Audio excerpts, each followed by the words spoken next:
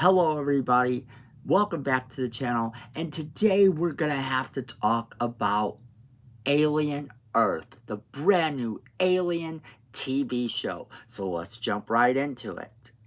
We live in a world where it seems like all of our horror movie franchises are becoming TV shows. We have the Chucky series, the Jason Voorhees series that's getting ready to come out. We've had over the past couple of years, an Exorcist one, a Psycho one, and we've even had the Hannibal Lecter one, and it's just not showing any signs of stopping. Well, the thing of it is that is the newest craze, especially with the minor success that we saw in the Child's Play TV series. It has definitely become the way to go. Even a series like It is now becoming its own TV series. And we knew that the Alien franchise was supposed to get its own TV series.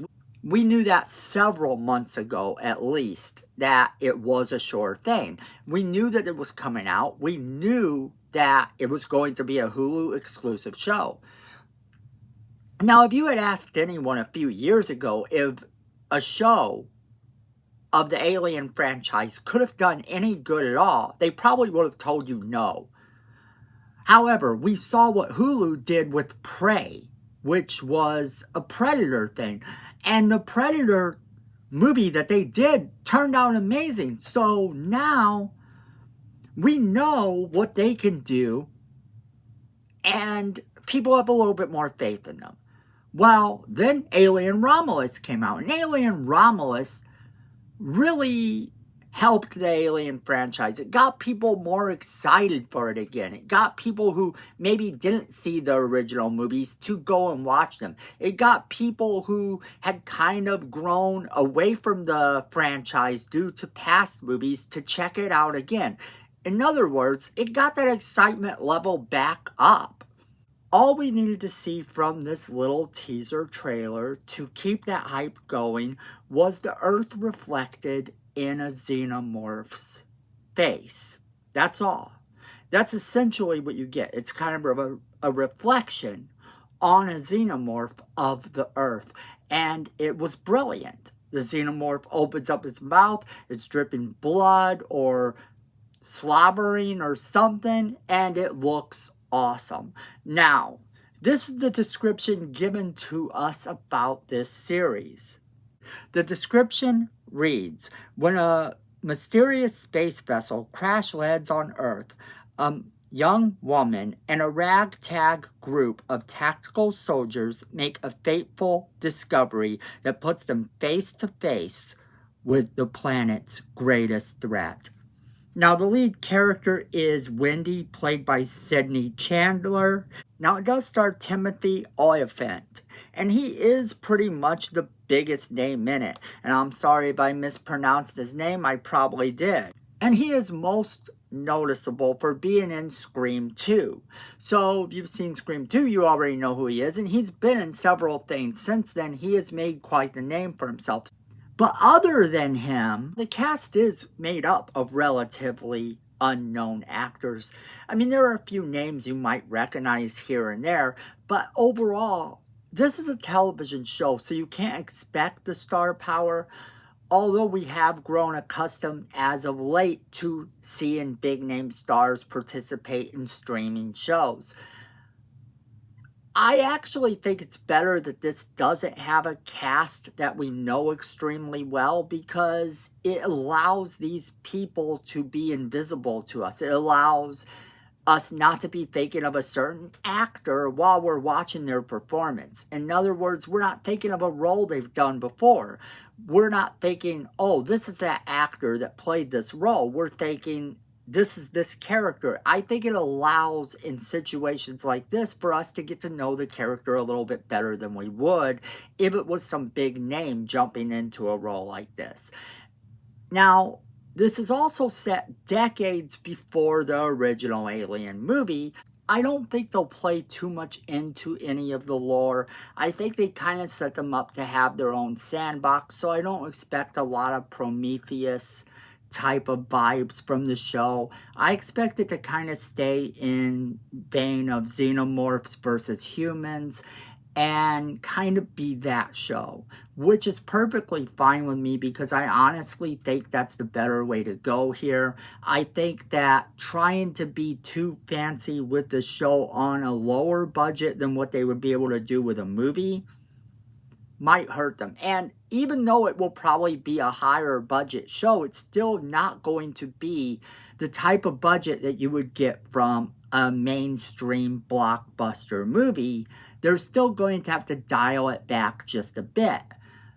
So I think having the xenomorphs in it is going to take it about as far as they can take it. Xenomorphs and face huggers and all that without getting too fancy into the other things that we've seen in recent Alien movies. And I think that's actually a cool premise because I think doing it this way will help them. It's kind of going to take place on Earth. Now that's wild because we've never had an Alien movie where we've seen them actually have to fight them on Earth. The Alien vs. Predator movies aren't really canon, so you can't really use that as a guideline. But you have to realize that this is going to be a wild little ride. Alright, so then we kind of have to talk about the timeline because does it mess with our timeline on this show? Yes, I think this is going to be a wild little ride, but does it actually mess with the timeline?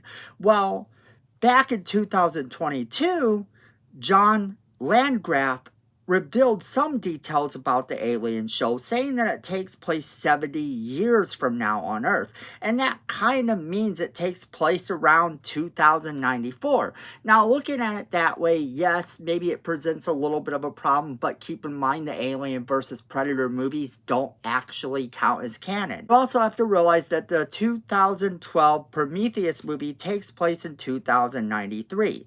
That's a little bit close. However, in that film, we saw that the race of engineers is responsible for seeding humanity on Earth. They also created the alien spore that creates the xenomorphs that we know. However, the xenomorphs don't actually appear in Prometheus. At the end, we see a xenomorph-like creature. And that's as close as we get in the movie. Now, you kind of have to realize that John Landgraf may not have actually been right about the exact date because he says 70 years in comments in 2022. Looking elsewhere, we find out that the 2017 sequel actually took place in the year 2104. That's roughly 80 years from now. So the film sees the emergence of a proper xenomorph as we know it. So if that takes place closer to those events, then maybe this makes a little more sense, yes? Maybe he's not so off. Maybe the timeline isn't so off then. And the official synopsis for this doesn't actually state that xenomorphs are on the crash ship. It just says that the humans encounter the planet's greatest threats. Maybe some engineers make it back to Earth. Maybe they bring the alien spore, and that's where we kind of get the aliens that we see in the series. In any case, Alien Romulus did not ignore Ridley Scott's prequels, so it's kind of unlikely that the show will ignore them either. So say what you want about the timeline, I don't think that the showrunners are going to mess with it too much. I think that whatever inconsistencies exist within the timeline, you just kind of have to look over.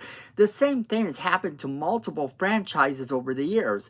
As a franchise moves on, it becomes more and more difficult to pin down the exact dates of certain events. And I think we have to take that all with a grain of salt. We have to take it as what it is and just enjoy the series for what it is. I think the series has a lot of potential. I think that the cast for it seems like they should be good because given the unknown cast members a chance to shine and not having too many big names.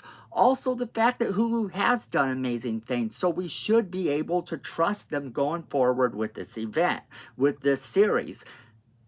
I think that we have nothing to worry about here, and I don't think that's going to ignore, dismantle, or rip apart the timeline in any way. I, for one, am extremely excited that we got something for this show, letting us know kind of what to expect. Even though it doesn't tell us a whole lot of information, I think it tells us just enough to get us excited. Just that one little clip was all we actually needed. I know I am going to be looking forward to this show and looking forward to seeing what they can do with it.